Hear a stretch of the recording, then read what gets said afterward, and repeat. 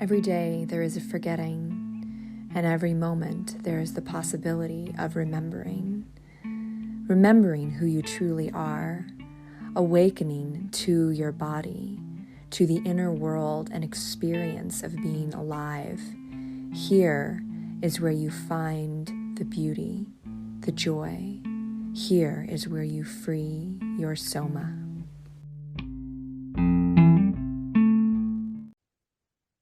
Hello, everyone. Welcome to Free Your Soma, Stories of Somatic Awakening and How to Live from the Inside Out. I have a special guest with me today. She is a friend of mine from the past that I met when I lived in Norway, and I'm so excited to share her journey and her work today. Her name is Maya Grythe. She's an embodiment coach, a shadow worker, and a yoga teacher. She's passionate about guiding others on what spirituality truly is and on what being human is really about. Her work centers around understanding shadows and helping others integrate and become whole. She found yoga, meditation, and breathwork, and it saved her life. I can totally relate to that. But now her practices center around shifting her shadow consciousness and transmuting patterns and traumas into a vision of a larger truth, which is what we're going to talk about today. We're going to talk about a larger truth of what being human really is, that encapsulates the things that we sometimes don't want to look at, that we don't want to talk about, right? That are uncomfortable or even maybe boring or that we don't really want to go near. We often are very adapted to trying to go always towards the light and always towards what feels good, right? But that can become its own trap. So I'm so excited to share this conversation with you today and hear, a little deeper about all these subjects that are so exciting. Thank you for being here. Thank you so much for having me. I'm super excited to be here. Wonderful. Yes. And, for our listeners who maybe some of them are familiar with shadow work, some of them are maybe, not so familiar, can you give us kind of your background as it relates to kind of the shadows that came up in your life to be faced? hmm Yes, so as you were saying, and thank you for that beautiful introduction, by the way. As you were saying, I found yoga when I was pretty young. I was 19, 20. I had chronic anxiety, but I didn't really know it at the time. I thought that was the state of being that was normal. So I didn't really have any grown-ups, I say that in like air quotes, around me or anyone to help me understand my experience of the world. I'm an intuitive, I'm extremely sensitive. I didn't know any of that stuff at that time. I didn't understand that I kept picking up on other people's feelings and energies all the time, constantly. I had no way of like protecting my own energy field at all. So I thought that all of that chaos was just me. That was just my world. But I found yoga and I started doing it mainly to stretch my body. That was my kind of ticket in because I was in ballet school at the time and I wanted to do something to stretch. And then I remember very well my first experience in a yoga class. This was an Ashtanga yoga class. And it was the breath. It was the breath that just opened up some space inside of me. And I remember I started crying. I didn't know why, but I cried basically for the whole class. It was like 1.5 hour class. And the teacher, she was so compassionate, but also kind of strict, when people are strict in that compassionate way. And she came over to me and she just sat next to my mat and she was like, just keep going. Just keep going. Do everything I say. Just keep going. Let the tears come. So I did. And after that experience, I remember afterwards, I felt like just lighter. My chest felt lighter. Everything in my body felt different. And I was like, okay, I'm going to keep doing this. I don't know what this was, but this is it somehow. And then that's how basically my yoga journey started. And then I got introduced to more breath work and also meditation, and I started doing that.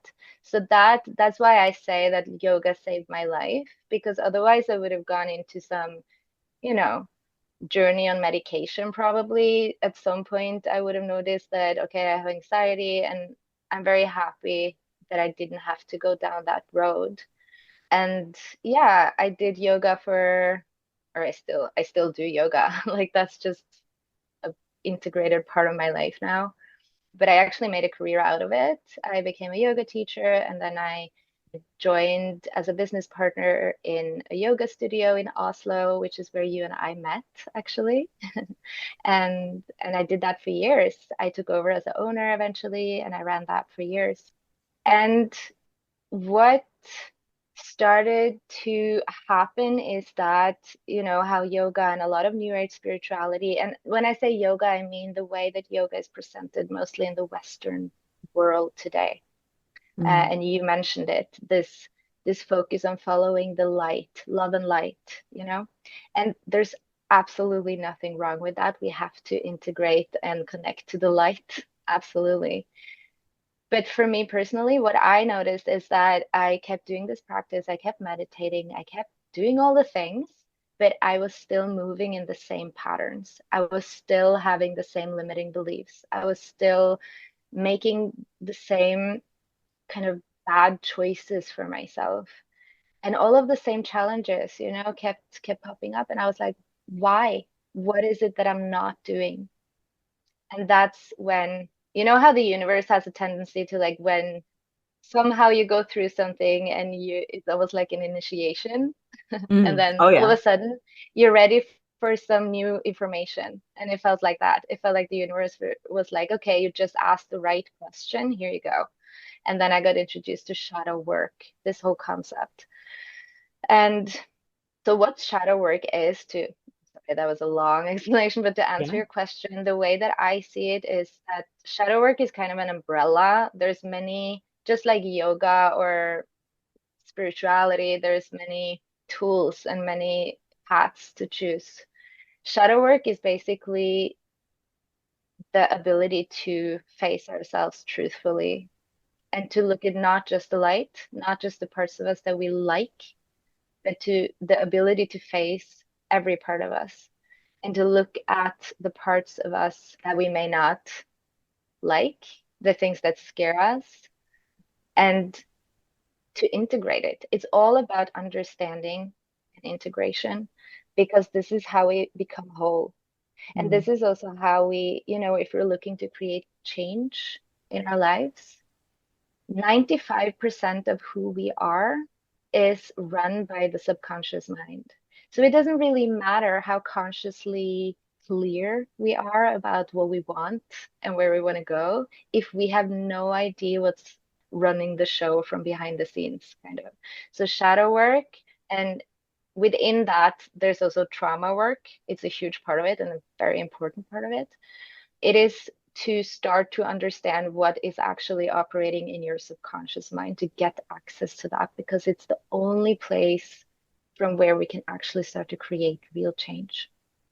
Wow. Yeah. Yeah. I mean, so much of what you've described I can relate to. And, the interesting thing is, also around the age of 19, I discovered yoga and it also saved my life. And I've talked about it on other, previous podcasts and stuff, but it's funny because we both went through this kind of coming of age into yoga and had it sounds like we both had very cathartic, very deeply somatic personal experiences in our yoga practice, although we didn't have language for it back then, right? We just this Mm. mysterious, bizarre, why am I crying during this yoga class, right? This must mean that I have found the thing that's going to heal me, right?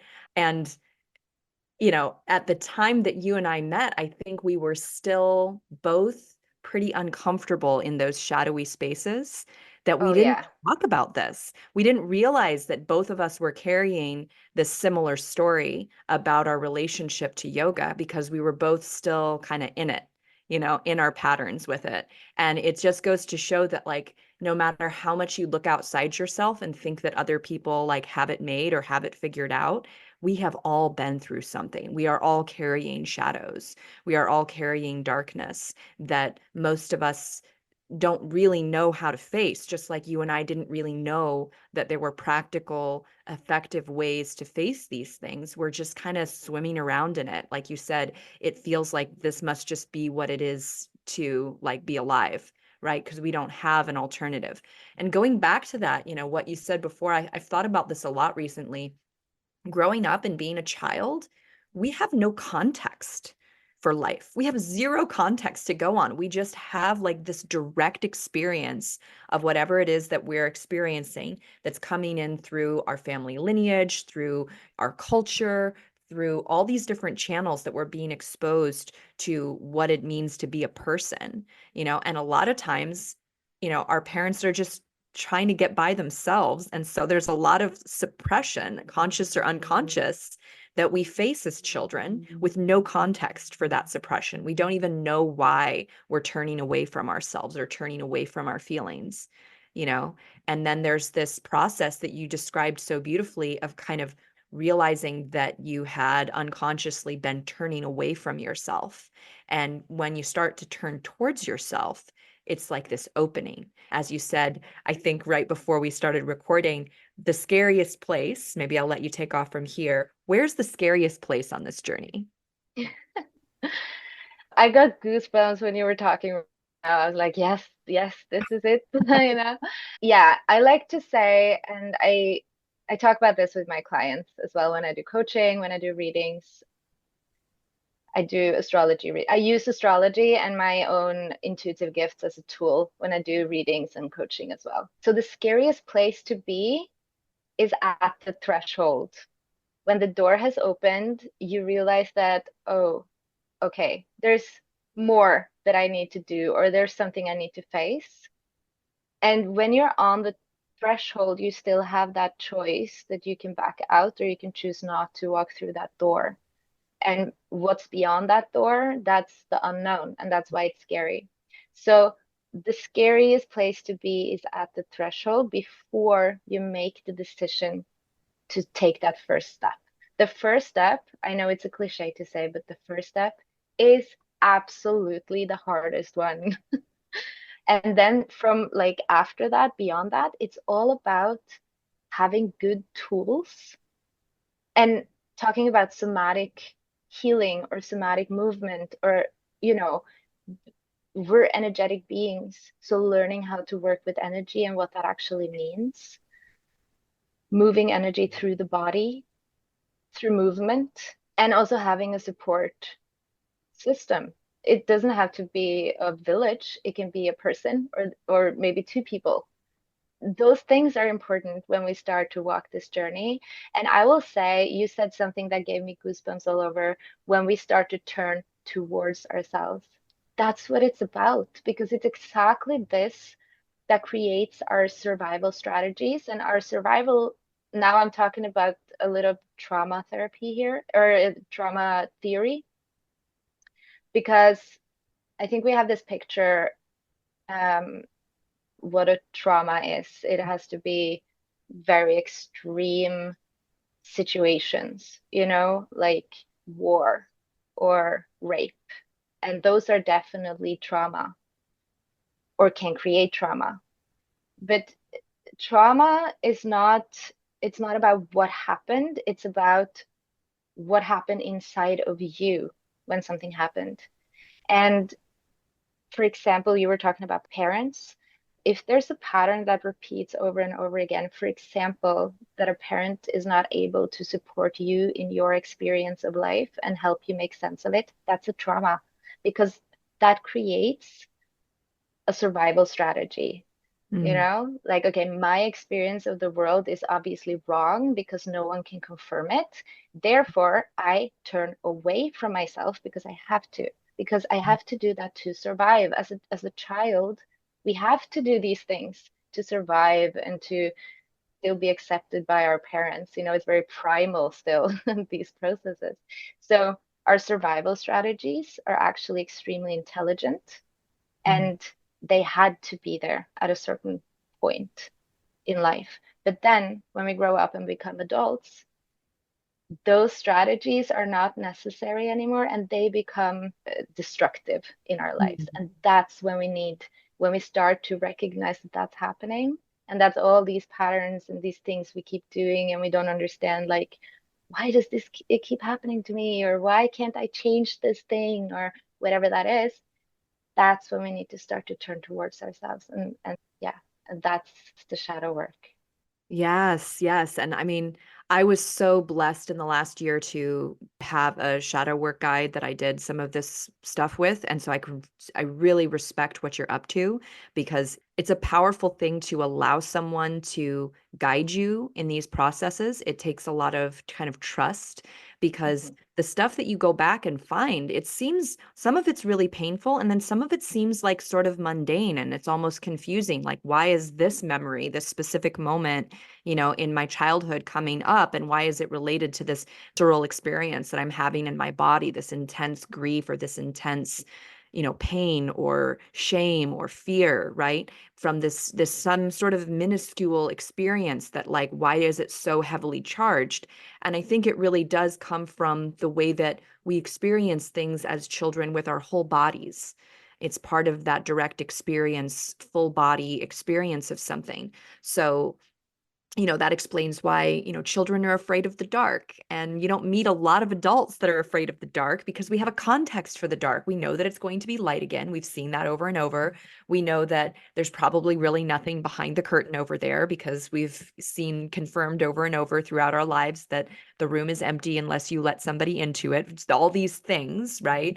That we are, or even if you are, tapping into the other worlds, even there are adults that are very comfortable with the dark because they know how to protect their energy, right? They know how to be comfortable with darkness. But as children, we don't really have ways to operate unless, as you said, we come up with coping patterns.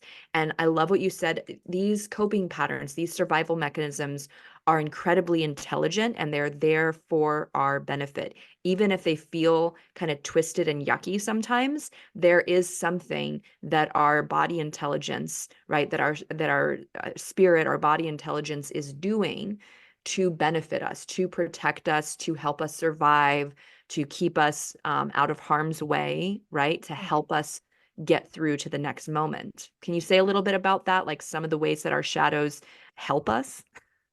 Yes, definitely. So it's what I just said relating to trauma. It's definitely our bodies, our brains, our whole system is so intelligent. It's this whole system that operates, like I said, behind the scenes. We don't really do that consciously. And I think, it's almost like, so from a spiritual point of view, your soul chooses to come in, and there's nothing that is, and I know that this can be triggering for people, just a little, yeah, disclaimer on that, but everything is kind of designed perfectly for you to be on your journey and have the soul evolution that is actually the highest evolution and potential for you. I think of to be a human being is a huge privilege. It's such a blessing to be here from a soul perspective. It doesn't always feel like it from a human perspective, right? I like to look at Earth, this whole experience here, it's a school and it's full of polarity, right? And that's the whole point, is for us to understand polarity, to experience polarity, and also in our own very personal, intimate lives, So all the trauma, all the shadow, all of these things is actually an opportunity to expand massively and to evolve massively, not just in on a soul level, but in your own human experience in this life. So there's this quote by Joseph Campbell. That's one of my favorite quotes. And it goes, "The cave you fear to enter holds the treasure you seek." For me, this sums up shadow work and trauma work because the personal power, the freedom, the liberation, the clarity, the centeredness, the groundedness, and the ability to be, I know what I want. I know what my boundaries are. I know how to create the life that I want. I trust myself. I feel good in my body. All of these things that we are longing for all the time. That's the treasure that is hidden in this Mm. work that is really about getting to know ourselves. That's what it's really about, know thyself. If we don't know where our triggers come from, if we don't understand why we get triggered by certain things, if we don't understand and know our own limiting beliefs, we have no way of changing it. There's no room for change to happen, right? So that's kind of how I see that the shadows can help us, you Mm. know? Yeah, well, I Because think, if everything was just handed to us on a silver plate, just imagine it for a moment that you came into this life and everything was just perfect. It's something about the magic that happens when you find that key that fits the lock, you know? yeah. That's we wouldn't have be able to have those experiences of like, wow, potential possibilities, expansion, if it wasn't for how it's all designed in a way, you know? Yes, and trusting what's happening, even within our own body, can be a difficult thing, especially when we don't have a lot of confidence. And, if we're coming from a place where we don't have a lot of confidence in our bodies and their ability to heal. I think that yoga is a place that a lot of people start when they're exploring, alternative ways of healing.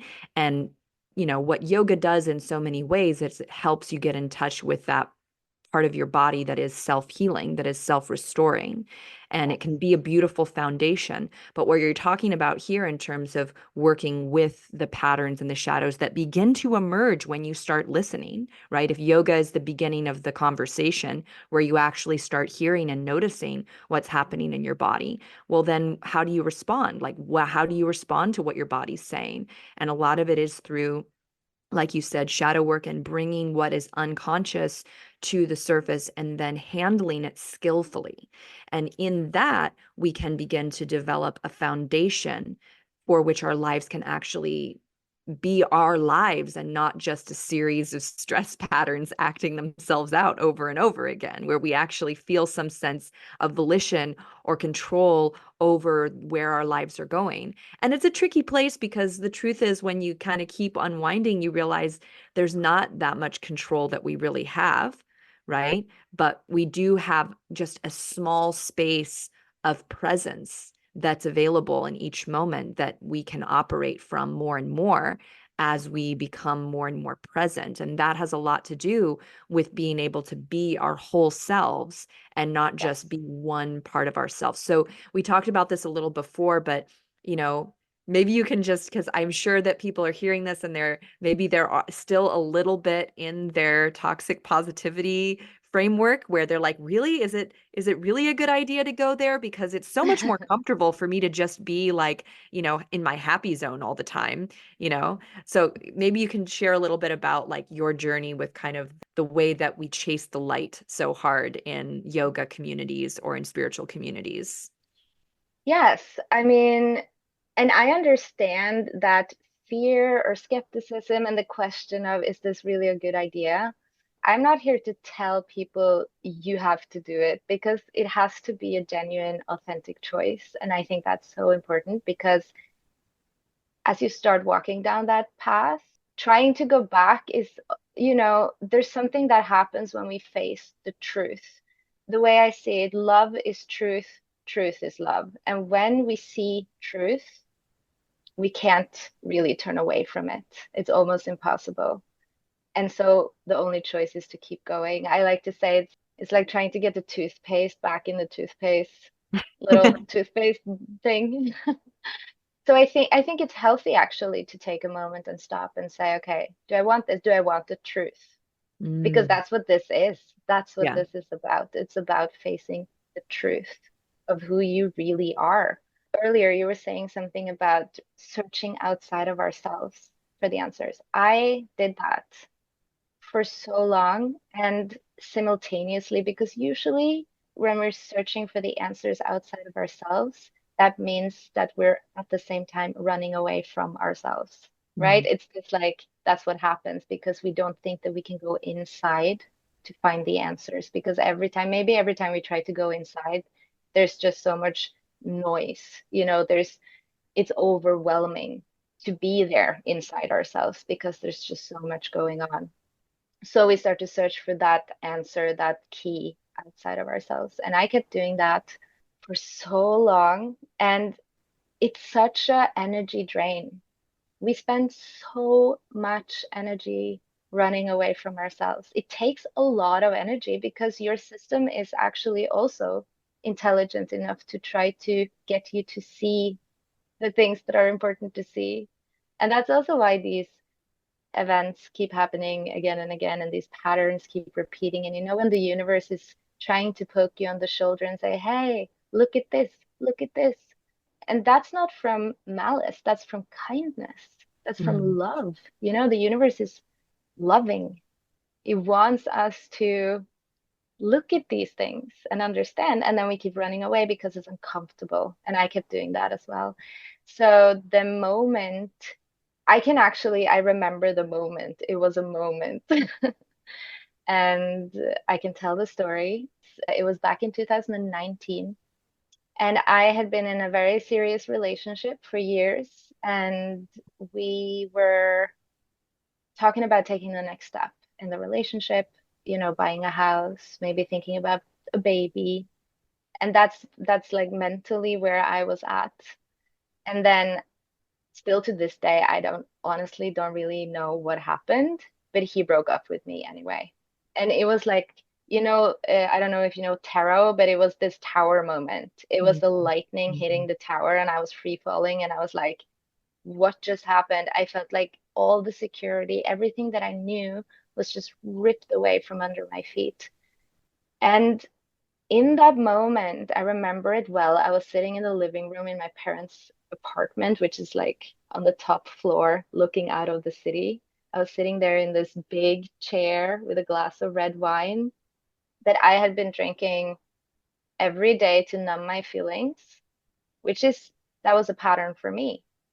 I reached for alcohol to numb myself very often.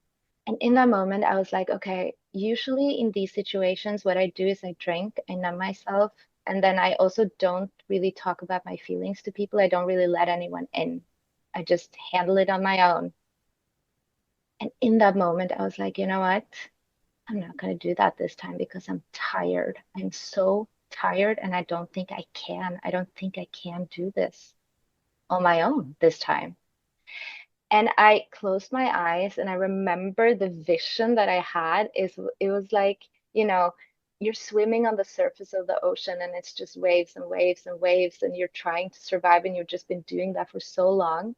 And then it's this moment of surrender where you just relax and you let yourself drop. And that's what I did in that moment.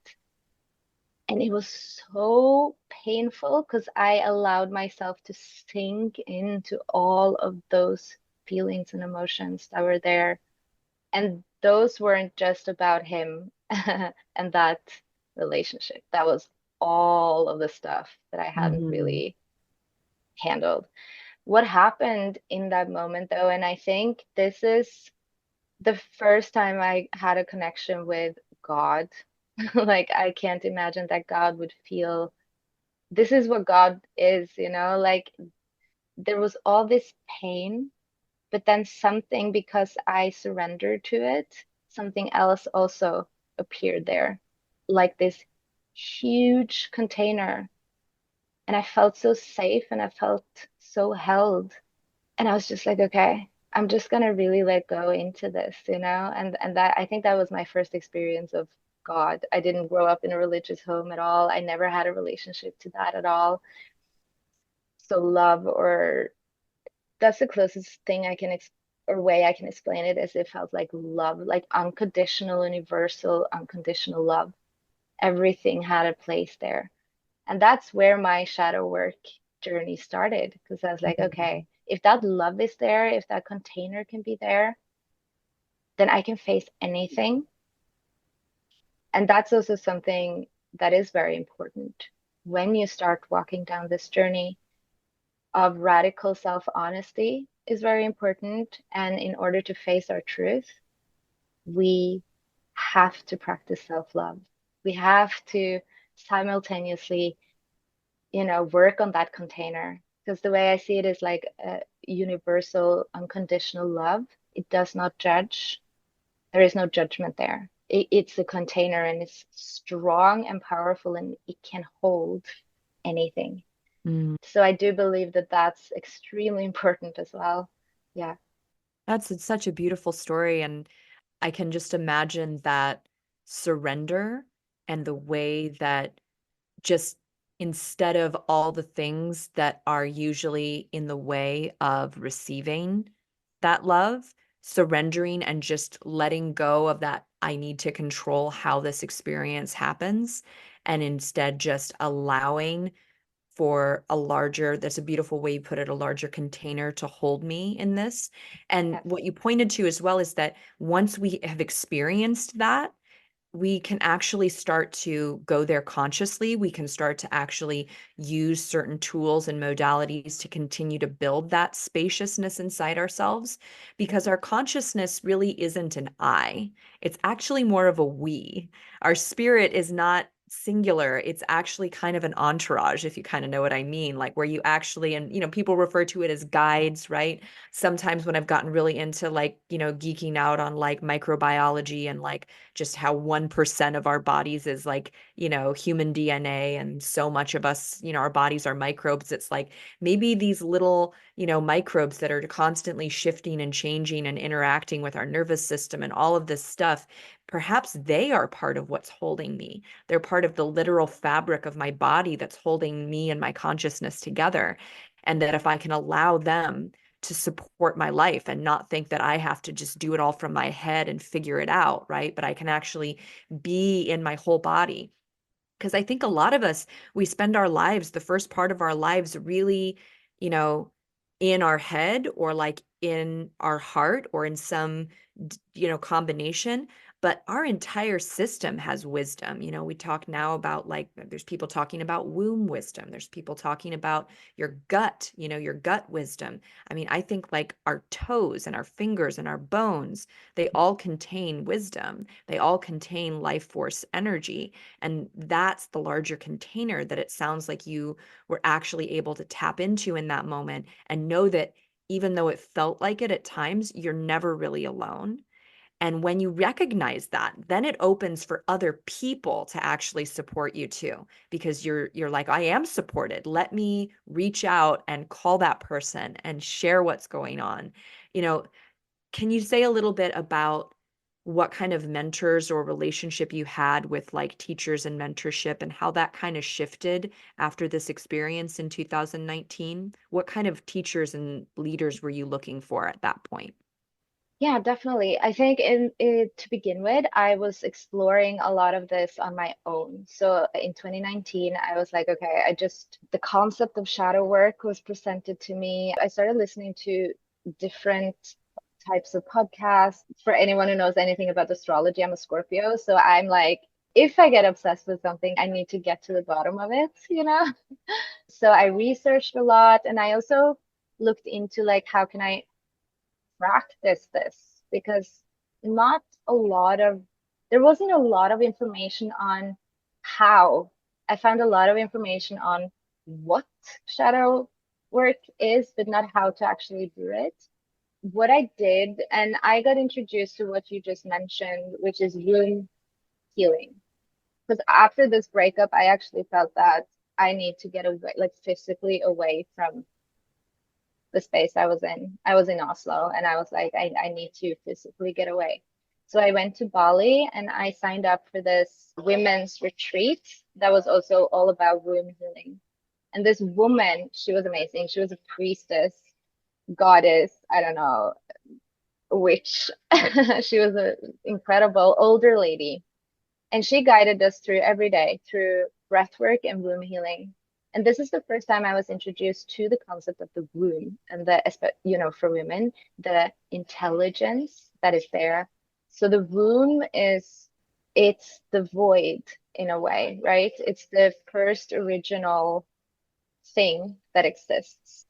It's the darkness. but it's also where life is created and where creation happens, you know? And if we can, as women, if we can sink down into our womb and ask for guidance and ask for truth and ask for, information, we will receive. So I've definitely gotten a lot more in touch with, like you said, different parts of my body after I started doing shadow work. What happened then, a few years later, I actually started going into trauma therapy because I started reading a lot of books. Gabor Mate is amazing. Mm. I don't know if you know him. Yeah. Yeah, because, trauma kept popping up into my sphere. And also as a yoga teacher, because what I noticed is I started to teach differently Hmm. as a yoga teacher because I was practicing differently. And then my students started to have different experiences, and things were starting to come up for them in my classes. They were having, this is what happens when we do somatic healing, because we can do healing through the body as well, just Right. physically moving in a special way, and you hit that special spot. Like it happened for me the first time when I started crying. That's, because trauma and all of these things, they're physically in the body. So if we hit the right spot, all of a sudden that can release and it comes up. And that started happening in my yoga classes. And I was like, okay, I'm not equipped to handle this. I don't know what to do when people are having their trauma surface in my class. I need to educate myself.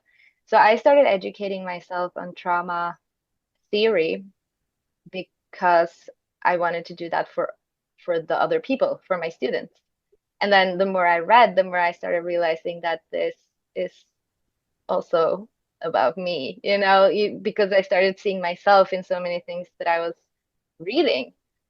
And that's when I decided to go into actual trauma therapy.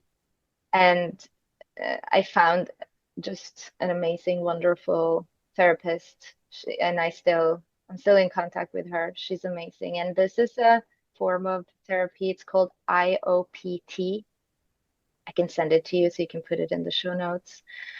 It's a system that works directly with our subconscious mind. So, Mhm. with traditional talk therapy, you try to get to the root cause of things by going through the mind, The story uh, and the mental the work. Yeah. story and the ego. And, that's why usually talk therapy can be amazing for certain purposes. But when it's about reprogramming yourself and getting to the root cause of something, for me personally, talk therapy has never ever done that for me, and I don't know anyone who's gotten there through traditional talk therapy. Or so this method, it goes the other way. It kind of bypasses the ego and the story completely, and you work in a way that goes directly into the different parts of you, the survival parts of you, the traumatized parts of you, the feelings, the emotions, and it's really about having a sit down with yourself. It's very powerful and very beautiful.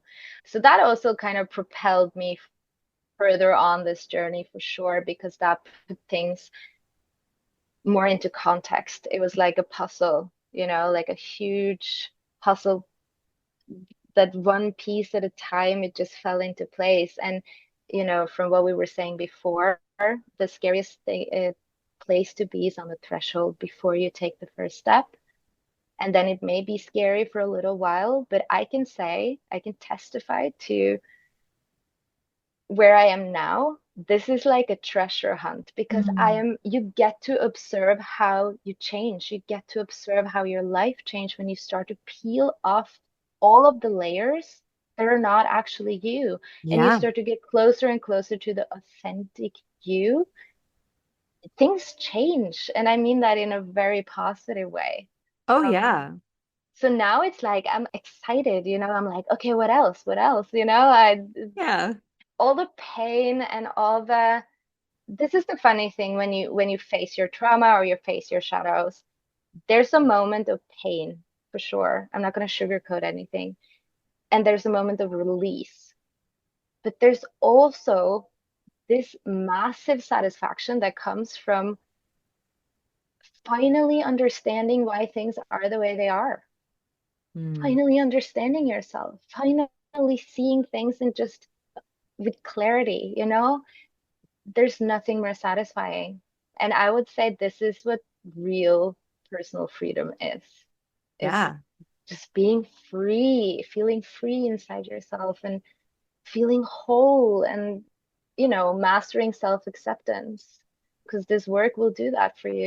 If you do it the right way, you will get to a point where you're like, oh my God, I actually love myself and I feel like myself and I feel, yeah, Well, free. and we get to feel then comfortable in the presence of others because we can see the humanness and, we can see the pain, but we can also see the wholeness. You can see the function within the pain. We can see the way that this person in front of us who maybe we were threatened by or intimidated by, or maybe, we were triggered by some way in the past. We see them differently now that we're not so loaded ourselves. We see them with so much more ease and compassion and acceptance for who they are. And then we get to be more comfortable in their presence.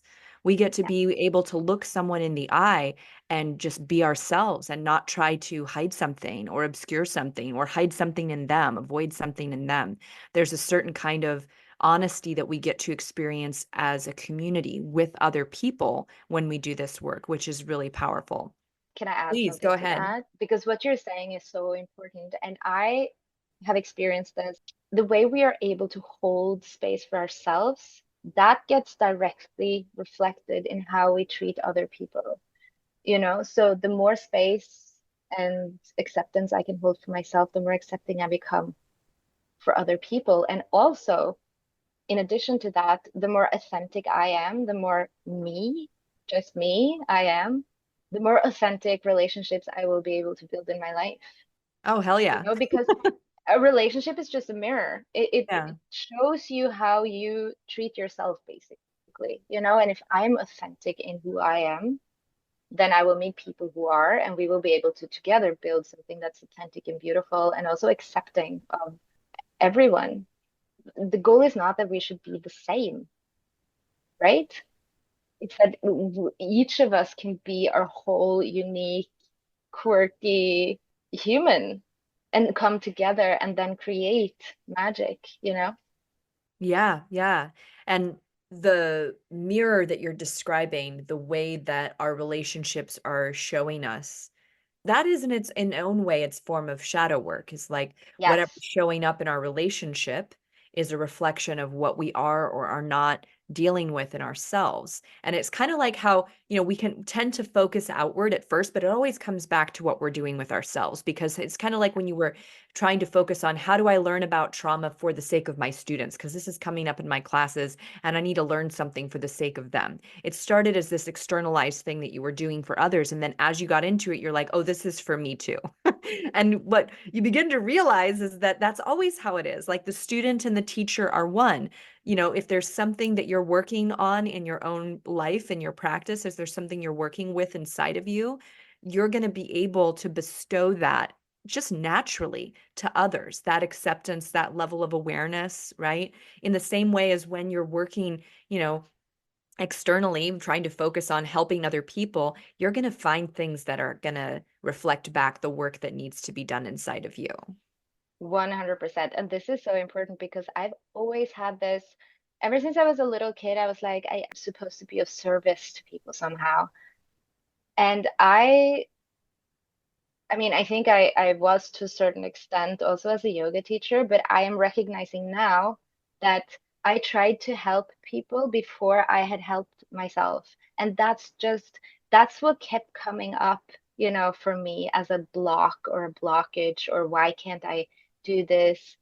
Because I had to do that work for myself. I had to do that work inside of myself before I could start to do that work with and for other people. And that's Yes. so true. I mean, it's just that's it. That's what creates healers. It's like healers didn't just wake up one day and were like, "Oh, I'm a healer." True healers, they healed themselves, and then that's where that healing power comes from, to be able to help others do that.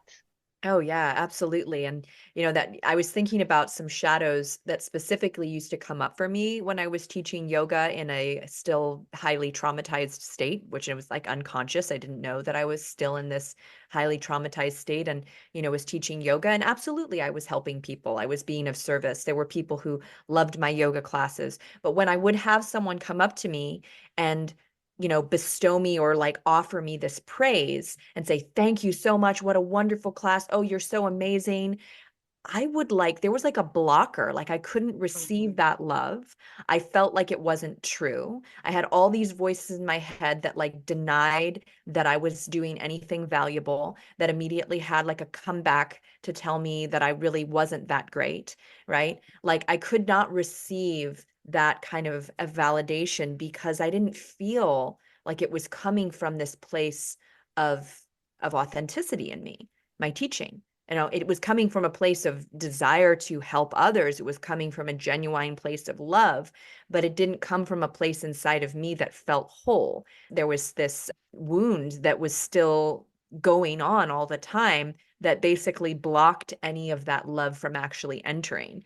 And it's such a different experience now. And maybe you relate to this because when people offer me that praise and that love, I know that what I have given them, in a session has come from that place of having truly been with all of those same scary, dark feelings or pain that they experienced, right? And moving through it. And so I can receive that. I can receive that praise and I can receive that validation and I can let it feel good that I did something very helpful because I know now, I know that it was actually helpful. Whereas before, I'm like, I think this is helpful. I'm not experiencing being fully helped by this, but I guess you are, right? Yes, I relate so much to what you're saying. And I think there's rejection of praise or love, it's also a rejection of ourselves. Again, it's a mirror. Are we able to receive love from ourselves? And it's also about authenticity because when you, like you say, like you've turned towards yourself, you've found your authentic self. And everything you bring from that place is authentic, right? So if we're bringing something to the world that is like maybe it's coming from a good place, good intentions, but it may be coming from a place where we're trying to fulfill some sort of outside expectation or something we think like this is how I should do it or this is what I should do. It's never going to feel authentic to us. And then that praise is not going to feel authentic, right? So, and that's also as we start to heal ourselves and you know, our shadows, our trauma, become so much more intimate with ourselves as well. We're able to give ourselves praise and we're able to know in our being what we're worth. And so when someone else mirrors that to us, it's easy to receive. Yeah, yeah. And that self-validation is, I think, most of the time what we're actually seeking when we're looking for it outside. You know, Yes. we're looking for confirmation that our experience is real and it matters. And the Yeah. only person who can actually give that to us is ourselves. Granted, it's wonderful and beautiful to have, a coach or a teacher or someone be there with you in the process of reflecting that to the point that you can actually feel it in yourself, right? And kind of going back to that, the reason that I think talk therapy has its limitations is because being somatically aware in our bodies is like having certain pathways developed for actually receiving information from our system about what's happening and where we are and what it's like to be right now.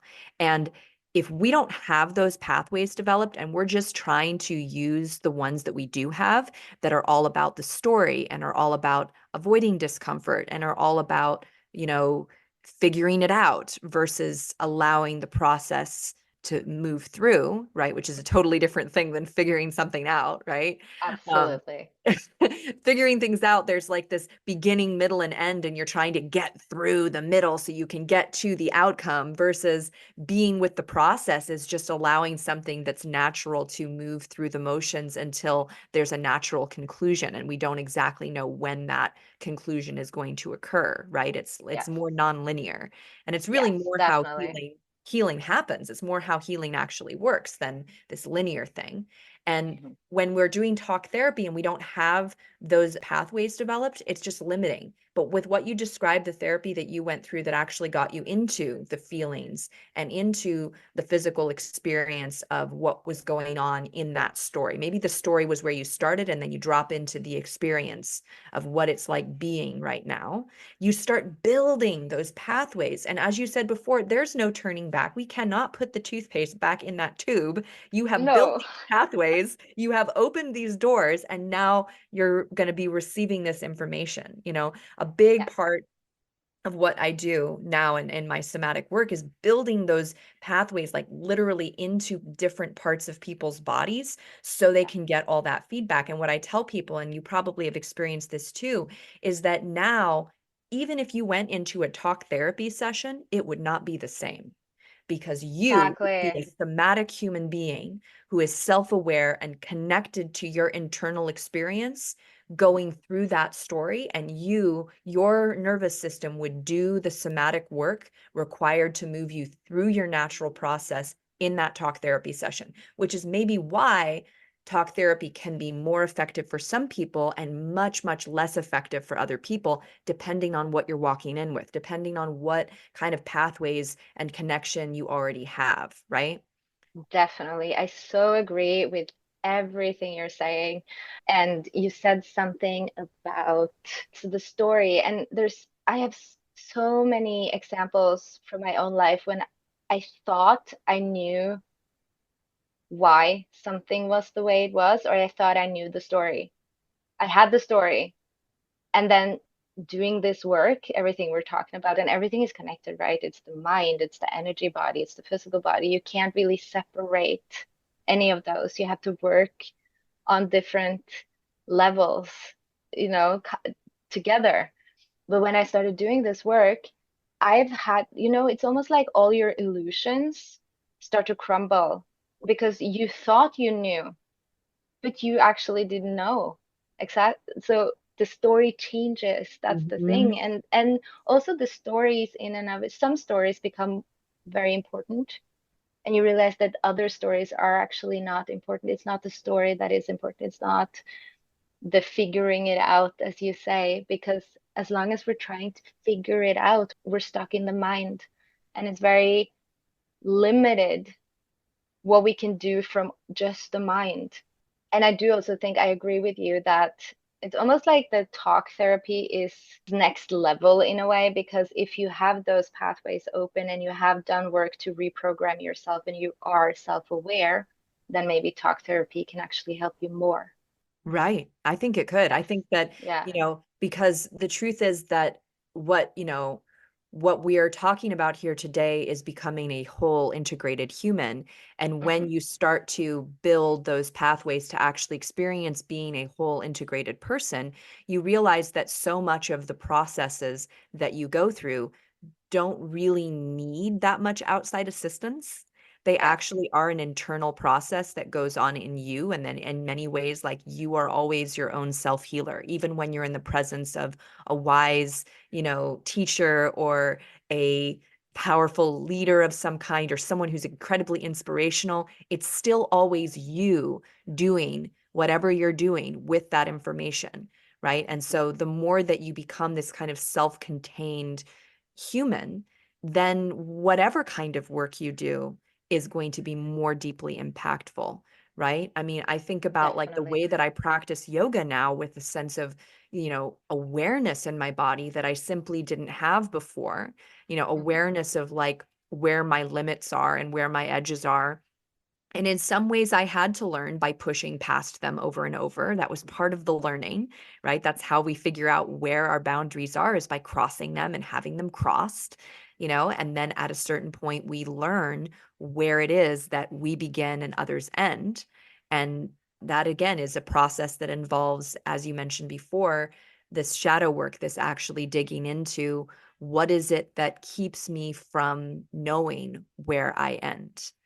Yeah. Yes. Can you speak a little bit as someone, you described yourself, I don't know if you connect with this word, but empathic or sensitive, someone who feels into other people's feelings, that maybe feels Mhm. into collective energy. How has being more connected to your body through shadow work helped you as someone who's highly sensitive? Oh, immensely, I can say. I think I was born psychic. I was a very intuitive child. I was back to what you were saying before. I was extremely afraid of the dark. And because as soon as it was dark, I started to see things and experience things. And I think I understood very early on that I experienced the world differently than other people. Obviously, I see and feel things that other people don't because no one is talking about it, no one is confirming it. And so slowly I started to shut that off. I Mm. worked very hard to shut it off because it was so uncomfortable. And I was so afraid all the time because I kept having these experiences, right? Which is something I'm also very passionate about to help people to start to open these channels again. Because I believe that we usually talk about psychic gifts or intuitive gifts as exactly that, gifts, like as if some people are gifted and others are not. That's not the truth of it. Everyone has the ability to develop these gifts. And when we know how to use them, they truly are gifts. But when we don't know how to use them or handle them, it becomes extremely chaotic, as it was for me when I was younger. So when people talk about, for example, channeling, you can have a channeler and they're channeling information. We tend to think about that as something going from the head and up, out here. I used to think about it that way as well. But the channel, if we're going to talk about the channel, that's here, or people can't see me, but that's from your crown all the way through your spine or the center of your body down to your root. It's through your energetic system. That's your channel. That's actually where you have to be in order to develop your intuition, develop any sort of gifts. You have to be grounded and fully present in your body. That's Mm. where it happens. That's where it happens because your body, the way you experience it as physical and dense, that's just a tiny part of the story. Your body is much more than that. Your body is energetic. So for me, when I started to ground down into myself, and let me just say this, if you haven't done any work to clear out trauma and shadow, it's going to be very difficult for you to be present in your body. That's the thing you're going to face first. So you have to kind of release that and work through that. And then it becomes much, much more easy to be present and to be grounded and to be centered in your body. So that's actually when I started to learn how to protect my energy field and how to do that. It happens from my channel, from my body. And that's also when my gifts started to come back online, right? Because again, the body and our whole system is so intelligent, it does everything it can. And the ego is also included into that. The ego is also there to protect you, Mm. right? And everything is there to protect you. So when I started to connect to this and I started to clear some trauma and I started to become grounded in my body, that's when it was safe for me and my body, my system to start to open up these channels again and start to receive that information again that I did as a child, but I had no, I couldn't handle it. I couldn't Mm. handle that back then. So that's been an amazing experience of like, oh my God, I'm safe. Okay, that's Yeah, great. I And love that. actually, yes, and actually, you said before, a lot of children are afraid of the dark, and as we grow up, we're not afraid of the dark anymore. I'm one of those people. I've always been so afraid of the dark ever since I was a kid. And when I started doing this work, I'm not afraid of the dark anymore at all. So I almost like to see that as what you call it, an analogy or like an analogy for I was afraid of my own dark and then I faced it and I Yeah. integrated everything and now I'm not afraid of the dark anymore.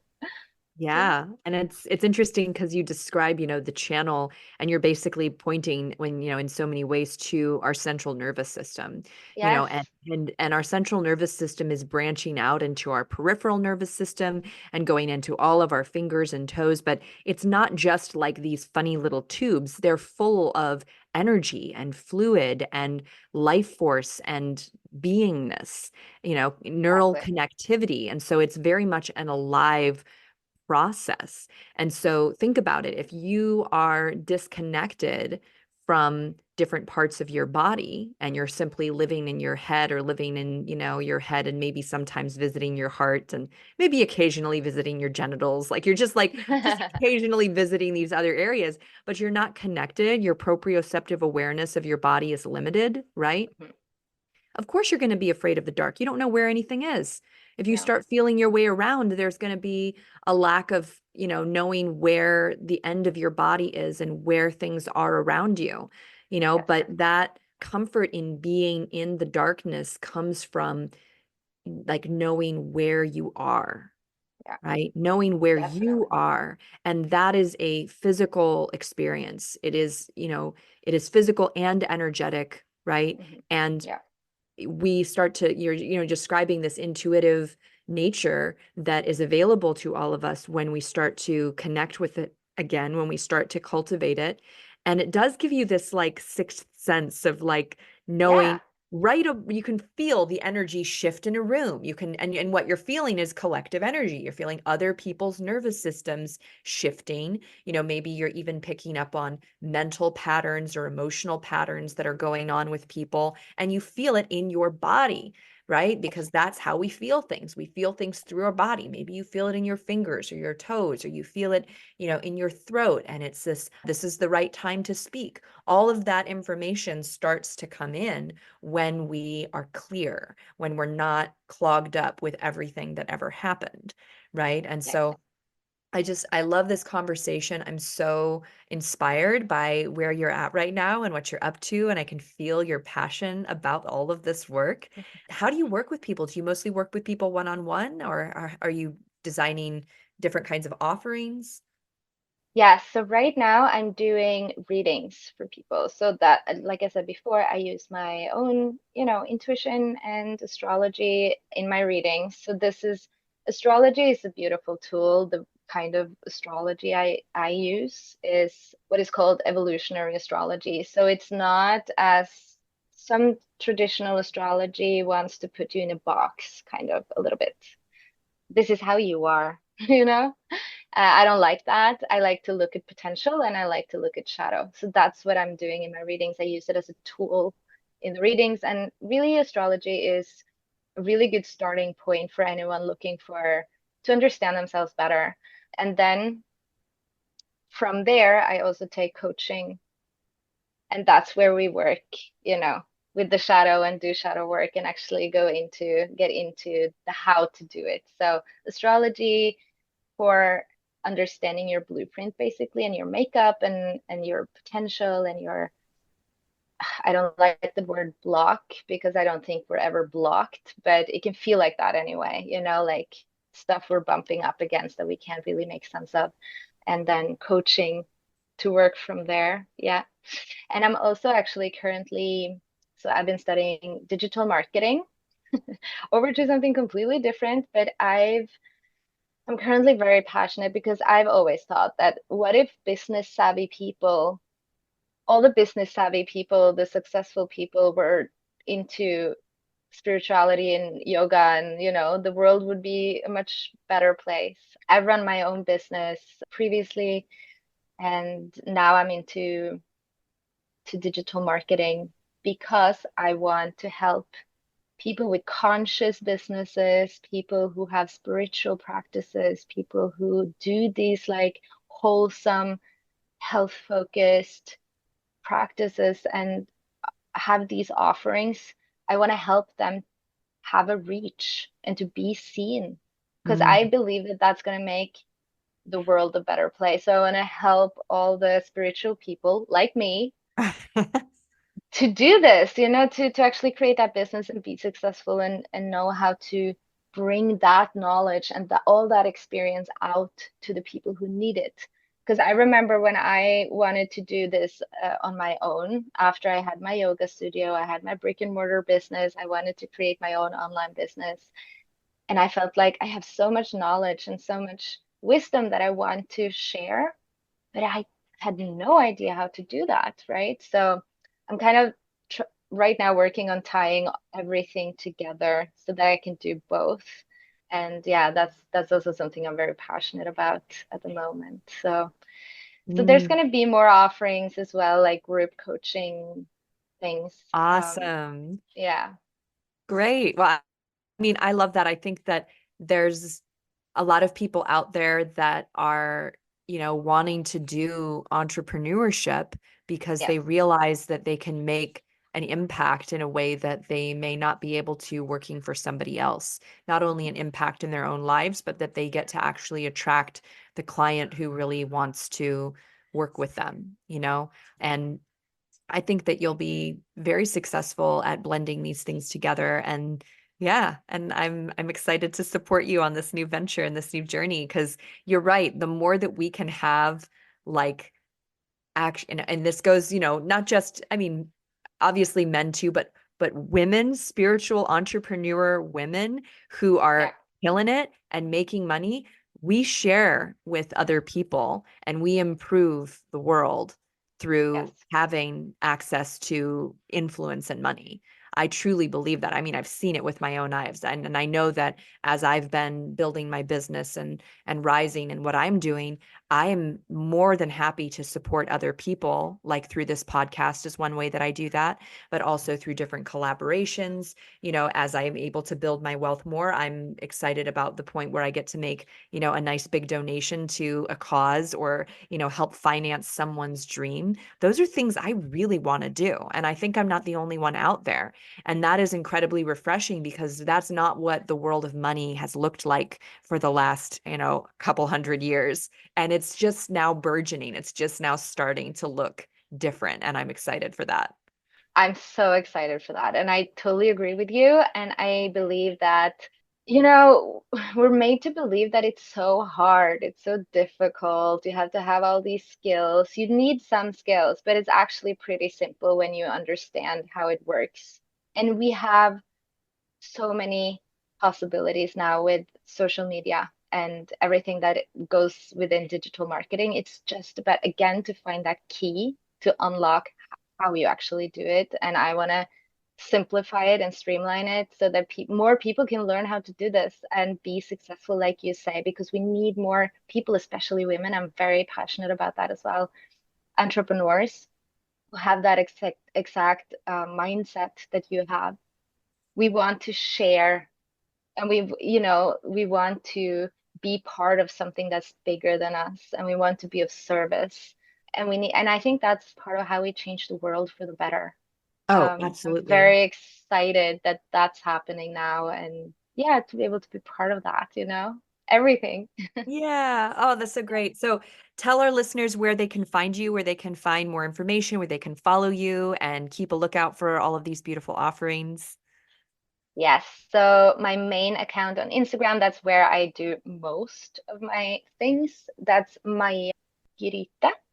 So we can write that in the show notes. I know it's a difficult name to pronounce. And I'm also working on, I just opened an account for specifically my readings and my coaching. So you can find me there. That one is called It's Magic by Maya. So that's completely new, but very exciting to do that. And then, yeah, that's basically where people can find me and just DM me and follow along on the Beautiful. journey. Yeah. Yeah, well, definitely check out what Maya has to offer. I'm so happy and thrilled to see just this clarity in your eyes. And honestly, you're such a compelling speaker. And I don't think that I ever really witnessed you that way before because you were, kind of locked up a little bit. I mean, I was at the time too. for sure. But I Yeah, can really definitely. hear just how much flow you're experiencing in the way that you express and speak. It's very inspiring. It's very wonderful to Oh, get to see that evolution of your spirit. thank you so much. And I could say exactly the same thing to you because, yeah, I feel the same way. And yeah, that's what happens, when we free ourselves and we're able to just be ourselves. It's so beautiful. And I'm so happy that we got to reconnect like this. That's so exciting. I feel like we've walked similar paths. We've had similar experiences, and it's so cool to reconnect like this so many years after. Yeah, Yeah. absolutely. Well, Thank you so much for having me. This has oh, been such a beautiful conversation. absolutely loved it. Loved every moment of it. And I can't wait to chat more and maybe have you on the show later on when you've got some, further developments in your project and just hear how things are going. I would love to. Thank you so much. Thank you.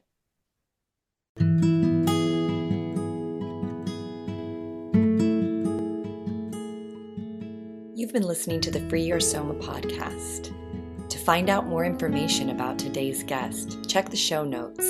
And to find out more information about me, Amy Takaya, and the Radiance program, visit www.freeyoursoma.com.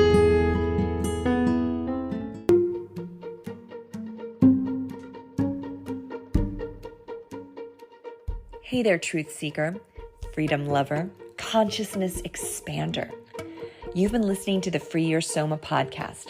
I'm Amy Takaya, and I'd like to invite you on the somatic exploration of a lifetime. Join me for Revive, a 9-week somatic movement adventure. You and an intrepid group of heart-led leaders will learn how to release muscular stress, tension, and pain, and how to come back to ease and flow in your body. What's more, this tension you've been holding in your back, your neck, your shoulders, this represents your untapped somatic potential. When these muscles lengthen out and relax, you will get to experience deeper body intelligence and wisdom throughout your life. Learn more about Revive at www.freeyoursoma.com.